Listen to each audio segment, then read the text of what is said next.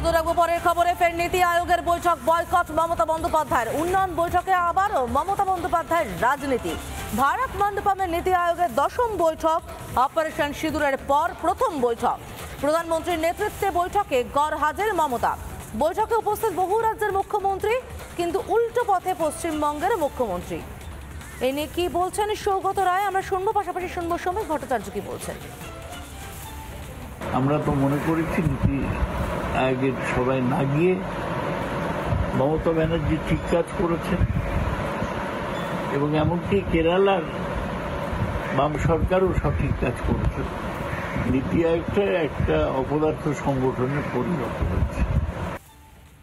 নীতি আয়োগের বৈঠকে যোগ দিচ্ছেন না মুখ্যমন্ত্রী। একটা সার্বিক আর্থসামাজিক উত্তরণের জন্য সেখানে নীতি নির্ধারণ হচ্ছে।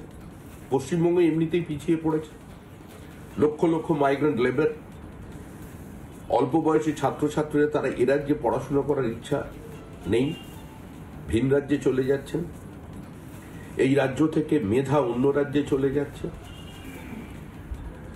রাজ্যের শ্রমিক পর্যন্ত আজকে অন্য রাজ্যে কাজের খোঁজে চলে যাচ্ছে। এই পরিস্থিতির মধ্যে দাঁড়িয়ে যখন পশ্চিমবঙ্গ অর্থনৈতিকভাবে খাদের কিনারে এসে দাঁড়িয়েছে, তখন মুখ্যমন্ত্রীর এই নীতি আয়োগের বৈঠক বয়কট করা কার্যত পশ্চিমবঙ্গকেই একটা অনিশ্চিত ভবিষ্যতের দিকে ঠেলে দিল। শেষ নীতি আয়োগের বৈঠকে ছিলেন মমতা বন্দ্যোপাধ্যায়। মাঝপথেই বেরিয়ে এসেছিলেন বৈঠক থেকে। অভিযোগ তুলেছিলেন তার মাইক নাকি বন্ধ করে দেওয়া হয়েছিল, যদিও পাল্টা তথ্য প্রমাণ দিয়ে জবাব দেয় নীতি আয়োগ। অসত্য বলছেন বাংলার মুখ্যমন্ত্রী, এমনকি এই দাবি উড়িয়ে দিয়েছিলেন নির্মলা সীতারামন। প্রথমেই শুনে নেব মমতা বন্দ্যোপাধ্যায়, তিনি ঠিক কি অভিযোগ করেছিলেন শেষ নীতি আয়োগের বৈঠকে। আমরা 1,71,000 কোটি টাকা পাই লাস্ট ইয়ার পর্যন্ত। এই বাজেটেও কিছু নেই, শুধু জিরো। এইটুকু বলার সাথে সাথেই আমার মাইকটা স্টপ করে দিয়েছে। আমি বললাম, why you discriminate, why you stop me? I am only attending. You should be happy for that. Instead of that, you are giving more scope to your party, your government, and you only me on behalf of opposition, only I am there, and you stop my mic. আপনি আমার mic বন্ধ করে দিচ্ছেন।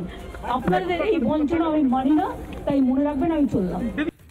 Claim that as switching off her mic, which is not true. For her to say that the mic was switched off is just so unfortunate. I wish Mamata Banerjee would please say the truth behind this rather than again build a narrative based on falsehood. নানা ধরনের content দেখার জন্য like করুন, share করুন আমাদের Facebook page, subscribe করুন আমাদের YouTube channel.